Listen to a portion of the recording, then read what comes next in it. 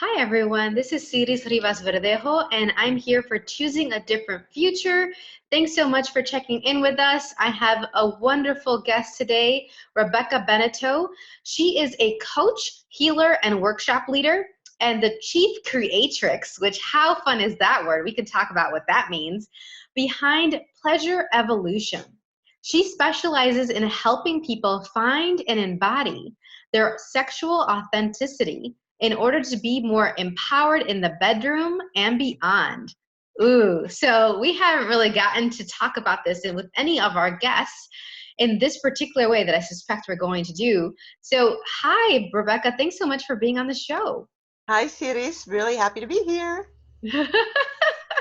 So creatrix, gosh, like before you, I don't think I'd ever heard that word before. What does that mean? Well, we usually have chief executive officer. It's like this really, and I tried out chief goddess for a while, but I love creatrix because I'm constantly creating my business and creating change in myself and other people. So that's it. My ask has been for a long time to be an agent of transformation.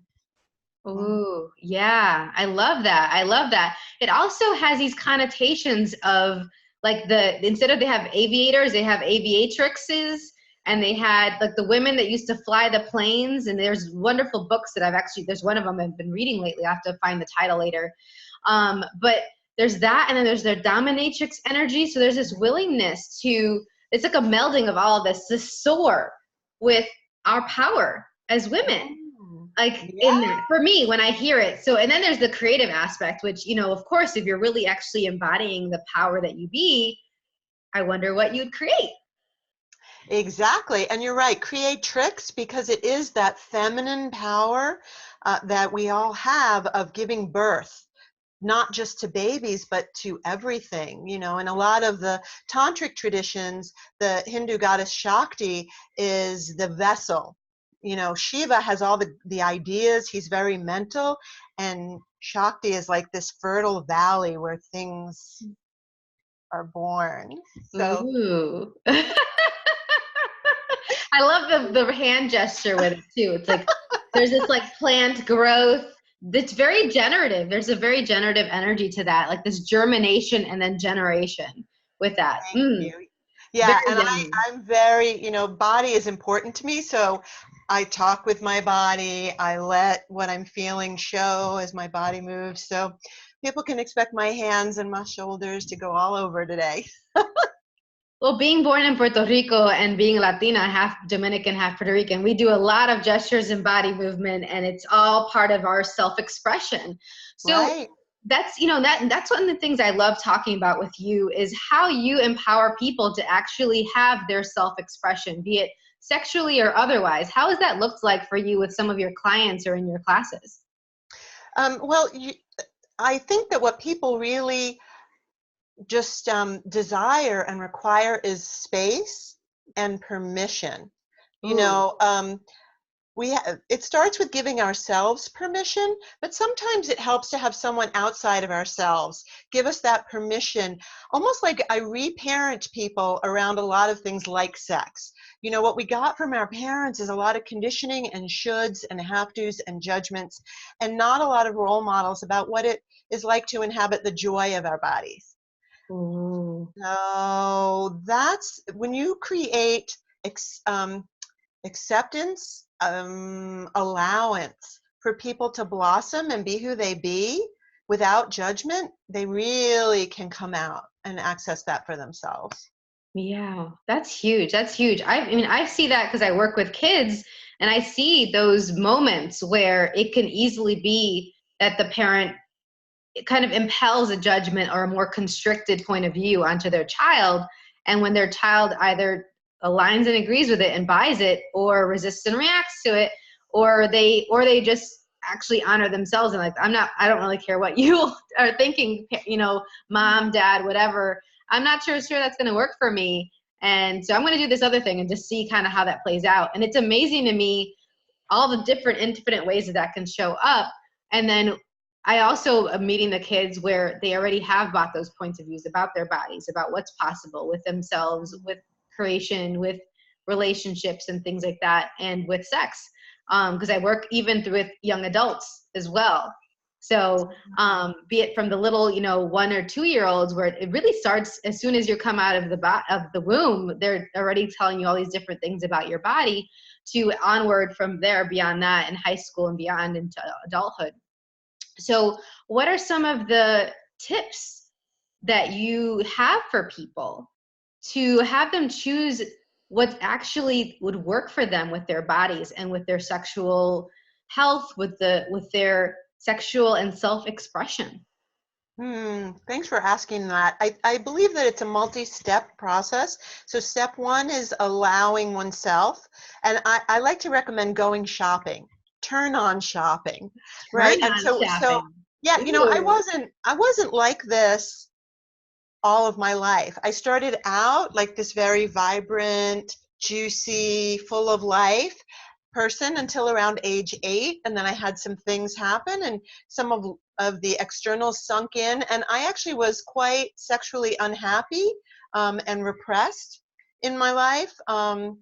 Wasn't really enjoying my sexuality except as what it could do for other people, right? So when I decided to go on this adventure, part of what I did was I used to take myself to sex toy stores, and I would walk around and look at things, and I'd be like, oh, people use that, and people use that, and oh, that gets my body a little excited, and then so turn on shopping, like reading erotic literature, looking at trailers for erotic films, seeing different things and how people use them.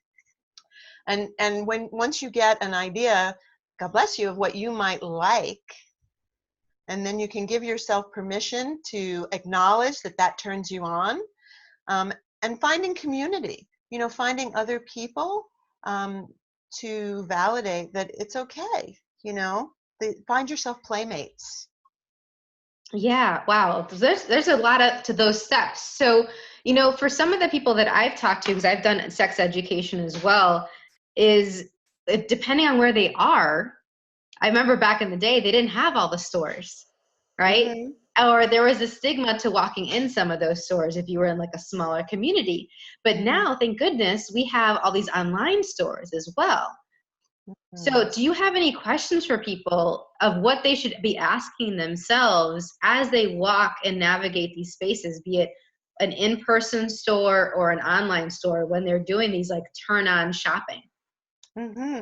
I think it boils down to just really asking your body, what is it? Do you want to play with this? Does this turn you on? Do you like this? And being willing to feel and what we're feeling inside our body, not, it might be subtle, Mm. or it might be very obvious, but just allowing ourselves to notice as you're reading a book, and then something kind of turns you on, and then this other part of your brain goes, that's dirty. And you could just go, thank you for sharing. Thank you for sharing. And now go back to, and just approaching. I like to think that it's really good to approach your sex life as an experiment. That means that you're willing to try things out. And if you don't like them, you've gotten good information. Just like if you go to a buffet and then when you were a little kid, you didn't like to eat broccoli. And sooner or later you tried it and it tasted good to you. So it's sort of the same thing. You can try things on, and if they don't light you up in the actuality, okay, cool. What else is possible? What are we going to try next week? You know? And there's a couple things that comes to mind when you say that. So one is, at least for me in my work, in all different aspects of my work, from the speech and language to the access consciousness facilitation, you'll meet people where they have this disconnect with their body, where they are so disembodied, they're almost not even with their body, that when you ask them to ask their body, would you like this or not, they don't even know what that would look like or be like for them to have that communication and that input from their body. Right. So do you have that? Have you experienced that with your clients or the people that come to you, or even for your own personal experiences when you were transitioning from like being a little bit more shut down and making it all about other people, like you mentioned, and then you actually started looking at, well, what's actually going to be fun for me and my body? What what does that look like for some people Yeah, when they're that's a great. reconnecting with their body? Yeah, it's a great question. So one of the things that I do at my events very frequently, and the most important thing I do is teach people how to connect to themselves and how to trust that, right? I went to a 4-year school to become an energy healer. That was very validating because when I could say to someone, I'm looking at you and I see a black band across your forehead, and then they say, oh yes, I have a brain tumor, you go, oh, you begin to trust yourself. So a place that you can start, most people are more aware of energy and more aware of their bodies than they realize. You know, when you walk into a party, the average person walks into a party, you can tell if the hosts are fighting, even though they have smiles plastered on their faces, right? Mm-hmm. So let's acknowledge that you do have awareness, right? I mean, obviously you have mega awareness, but we're talking about folks who don't really trust that they have awareness yet. So you do have that awareness. Now let me ask you this. Would you like to go to the beach? What is you, and what My do body you, says yes to that. yeah, right? Or would you like some ice cream? What are you noticing? You know, for me, if there's like an opening of my chest, I stand a little straighter. I go, when it's something that I'm a yes to. And then I say, would you like to go get a root canal? Most people are a no for that. And I say, okay, what'd your body do? Oh, I contracted, my shoulders got clenched, I got tight. So using something in some realm where you know you're a yes and you know you're a no, and kind of looking at what signs did my body give me there? What energy did I get? And then you can take it into other realms. And it's so important in the expression of our sexuality because our brain can tell us all kinds of things. The person fits my pictures. Well, he bought me dinner. Well, I haven't had sex in a while, whatever. But if we really start to listen and just ask, would this be fun for me? Will this work for me? And move towards other people from that place. Our clothes, will this negligee feel good to my body? Mm-hmm. Will this toy be a contribution? Will I like it? Yeah. So if Yeah. I'm hearing you correctly, then like one of the ways to get from lots of separation and a disconnect from your body to like really being in communion with your body and having it like partnering with it to create your life is to take those little steps and getting clear on what yes for your body and you can feels like and is like for you, which will Mm. be different for each person, and then or maybe even day to day it might be different, and then what's your no for you and your body, and playing around and kind of gathering that data, like you said, like the experimentation. So like from the simplest of things, you don't have to go from that a super level of disconnect, which I totally can relate to. I had a huge disconnect with my body when I was chronically in pain, chronically sick. Like I was so aware of all these different things, and yet if someone had told me, go ahead and ask your body, blah blah blah, I'd be like, through the filter of all this pain, through the filter of all this intensity, to the filter of all of this congestion and allergies and asthma,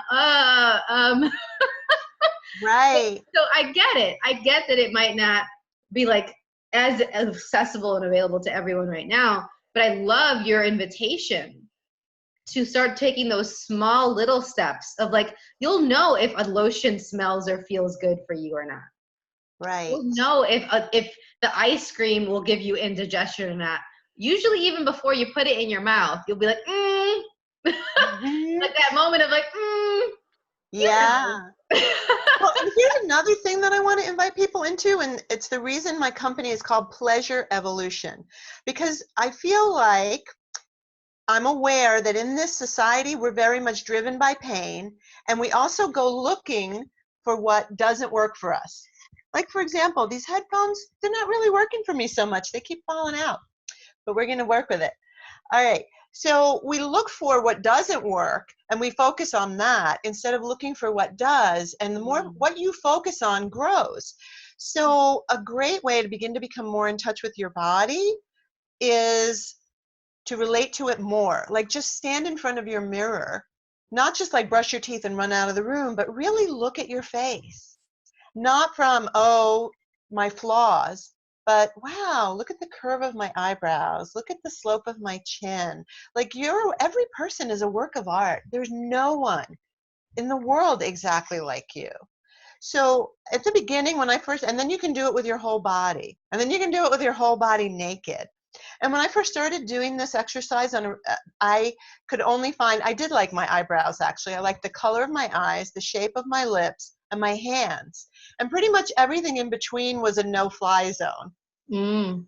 And I had to train myself to look for things to appreciate about myself.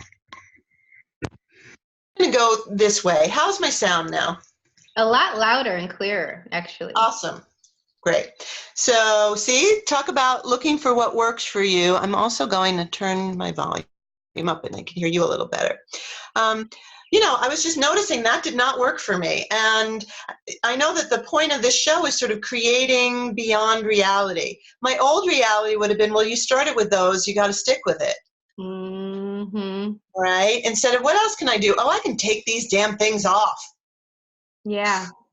Yeah, and that's with everything, like anything that doesn't work for us, any of those roles and costumes, any of those definitions that we've been placing on ourselves, any of the boxes that we've been putting ourselves in, we can just take those off. I love that. Yeah, exactly. And you know, with the reason I focused specifically on sexuality, because I used to be an energy healer. Well, I still am a healer of bodies and psyches in general, and souls, because for me, wherever the body is expressing pain or dysfunction, it's some area of our lives where our soul wants more expression and more fullness. But I really got that sex is one of those areas, sex and bodies, people judge themselves so harshly. Everyone thinks that they're doing it wrong, that they like the wrong kind, they're doing it too much or too little, and it's just a place where people don't have a lot of allowance for themselves. And that if I could bring that, that's my special gift, is to bring that allowance to people, then they can find out what works for them uniquely. Mm-hmm. I hear you. And I just want to clarify for anyone who doesn't already familiar with this term, when Rebekah is talking about allowance, I get from our previous conversations that she's referring to when everything's just an interesting point of view, when nothing has any significance. It's just like, oh, that's the choice in that moment. And then what else could I choose? What else is possible? Like she's been asking us. And so what if anything that you've ever considered, chosen, said, not done, not considered, not chosen, what if all of that was just an interesting point of view? And so that's what one way of looking at allowance. Yeah. And I wonder what it would create if we had way more allowance with ourselves and our bodies and what we've chosen and haven't chosen. And even what we're considering choosing. Like, it's like sometimes even just before you even fully choose something, just the possibility of, oh, am I going to go to this place? Am I going to meet up with this person? Am I going to add this toy to my treasure chest here of toys? Like all of that. Sometimes for people, it'll bring up this whole whoa-ness. This like, oh, I'm really expanding my world. I'm really going into this discomfort with this. I'm going to this new territory. And what if it was like, okay, yeah, that's what's showing up for me right now. And that was just an interesting point of view. And it didn't have to be significant. Because as soon as we do that, it seems to then create that heaviness even more in our worlds and in our bodies. And you know, you're a body process facilitator in addition to being an access bars facilitator too. And I wonder, how does this overlap with what you've seen in like body process classes? Like how do the body processes that you like to play with also, how does it intersect with your work with the sexual health coaching and the healing work that you've already been doing before? Okay, so I need to clarify, I'm not actually a body process facilitator. I'm an access bars facilitator, and I am a hands of light healer. I graduated from a place called the Barbara Brennan School of Healing. Ooh. And I do some of the access processes that are taught in the bars class, like MTVSS and cellular memory and things like that. So I can't speak to body processes exactly, but I will tell you that the energy back when I was a Barbara Brennan School healer, the energy that was coming through felt to me like the energy when I was having an orgasm. It's all just energy, it's the aliveness of our bodies. And I want to give people something that really blew my mind when I first became aware of it, which is that sexual arousal is the body's joy at feeling itself. Yeah, I would agree with that. Yeah, like we have this idea that we get aroused because somebody else looks good or somebody else touches us or does something. But no, really, it's us allowing the aliveness of our bodies. So when we share that with another person, it's because I think, in my interesting point of view, they've made it feel safe enough, where there is enough safety and enough non-judgment that we can allow that part of ourselves to come out. But we can choose it at any point. It's really us who does the choosing, who decides, today I'm going to do this. Today I'm not so sure. You feel good to me, you don't feel good to me. We're always making choices. Thank you for that clarification. Yeah. So are you suggesting that the more sexualness, the more of that orgasmic energy that we have running through us, the more we could create change with our bodies and for our bodies? Yeah, I mean, that's why my slogan is empowerment in the bedroom and beyond. And another one of my taglines is come for the tatas, stay for the transformation. Because you're not just having a great relationship to your body, your arousal, and the people you share those things with just to have a good time tonight. As you allow that energy to move through you, man, you can move mountains. You become more visible. You're more able to receive. You're more creative in your business. Yeah, and then what does that do for the future? Like, what futures then were you opening up when you're willing to be that all the time? Exactly. And sex for me is sacred energy exchange. And so it's the willingness to be the sexualness of who we are, not necessarily our sexuality, that gives us that life force that then we can use in any area that's important to us to create the future we want to create. Wow, that's really cool. That is really, really freaking cool. So, gosh, so how has this looked for you personally? Like, how have you, by using some of these tools, transformed your life? Wow.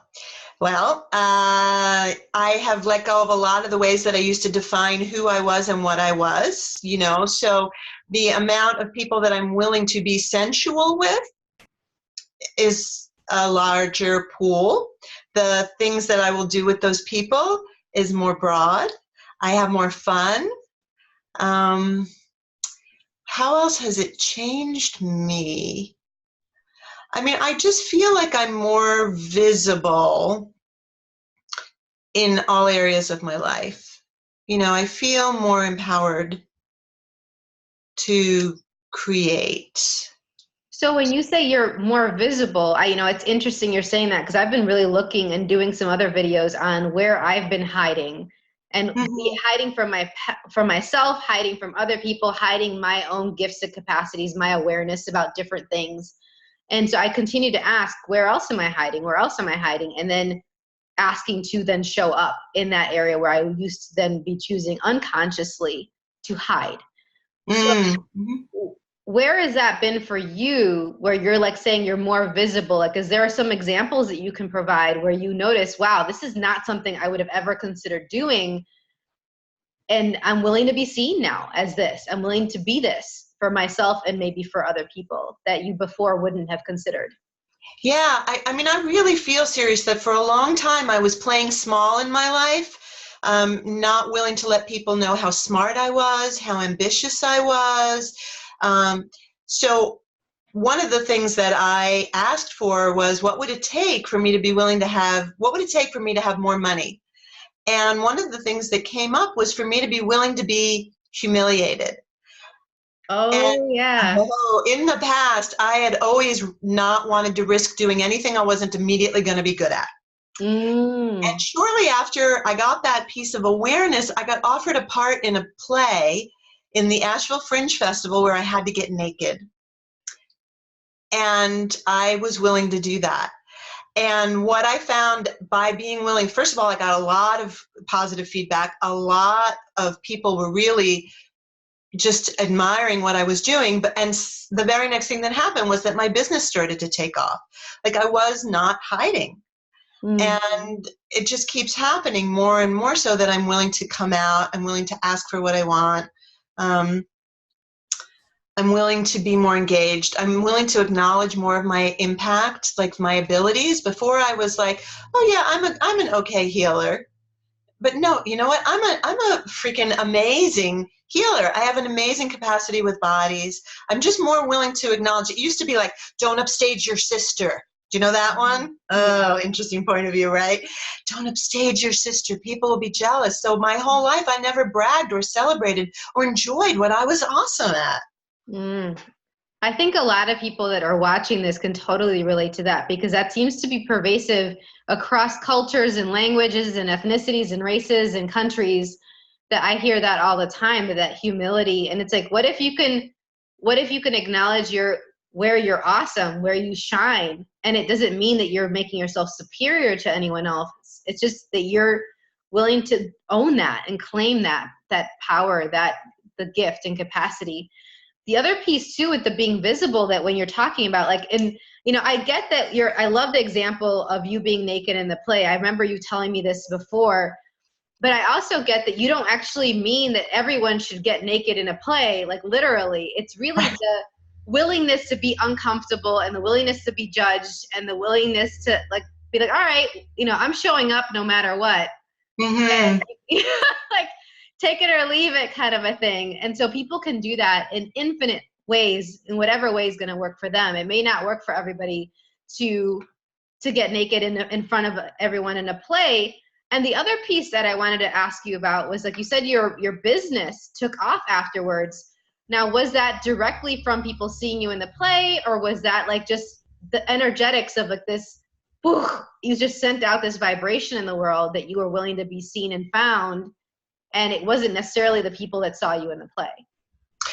Right, that one. I can't put a direct line between doing the play and making the money. I believe that it was because I was more willing to be seen, and I was more willing to receive people's attention. And if you're willing to receive attention, you might also be willing to receive money.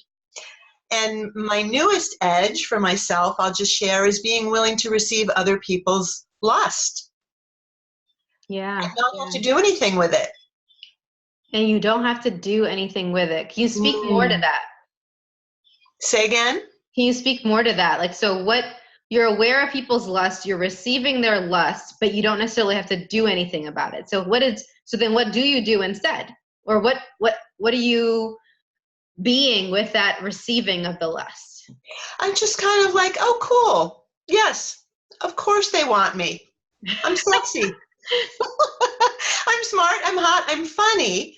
Whereas in the past, if it was someone I didn't also feel the same way about, it would be sort of like, who do you think you are? You're not getting any of this. Or, ew, right? Which is kind of that's how I was dealing with people whose attraction for me or attention on me I didn't want.